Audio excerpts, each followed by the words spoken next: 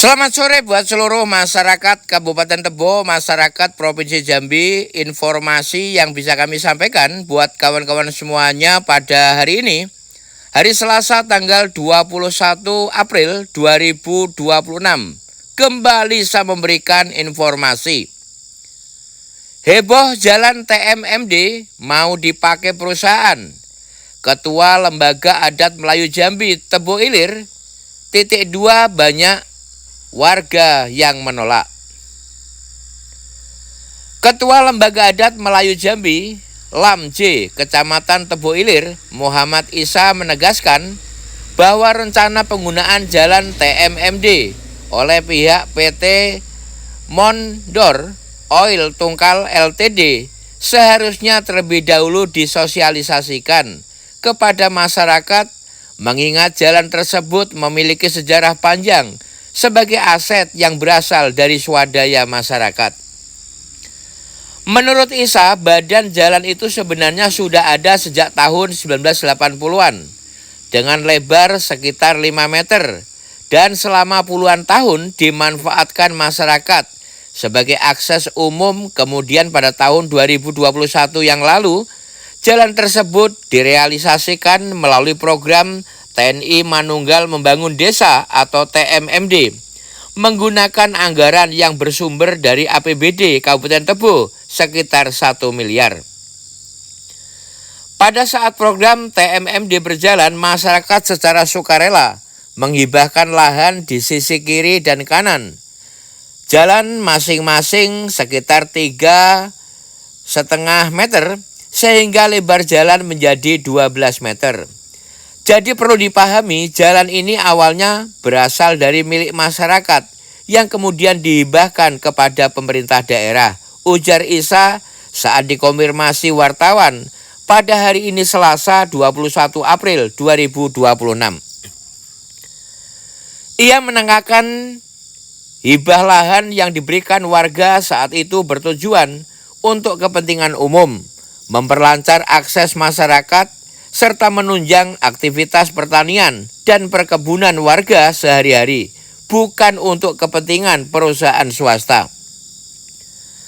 Kalau jalan itu ingin dimanfaatkan untuk kepentingan lain, tentu boleh saja, namun harus ada etika dan prosedur yang baik. Salah satunya dengan melakukan sosialisasi kepada masyarakat. Jelaskan manfaatnya, dampak positifnya, termasuk potensi dampak negatif yang mungkin timbul, tegasnya. Isa juga mengaku telah menerima informasi bahwa sebagian masyarakat menolak rencana penggunaan jalan tersebut oleh perusahaan. Menurut dia, penolakan yang muncul karena tujuan awal masyarakat menghibahkan lahan untuk pembangunan jalan TMMD adalah demi kepentingan umum, bukan untuk mendukung aktivitas korporasi. Dari informasi yang saya terima, masyarakat banyak yang menolak karena sejak awal warga rela menghibahkan tanah agar jalan ini bisa dipakai masyarakat luas, mempermudah transportasi warga, bukan untuk kepentingan operasional perusahaan, katanya. Ia menilai perbedaan tujuan itulah yang menjadi keberatan utama masyarakat, sehingga persoalan ini harus diselesaikan melalui dialog terbuka. Masyarakat tentu merasa ada pergeseran tujuan pemanfaatan jalan. Awalnya untuk kepentingan bersama, sekarang mau dipakai untuk kepentingan korporasi. Ini yang harus dijelaskan secara terbuka kepada warga, ujarnya. Secara pribadi, Isa mengaku lebih cenderung menolak apabila jalan tersebut digunakan untuk kepentingan operasional perusahaan.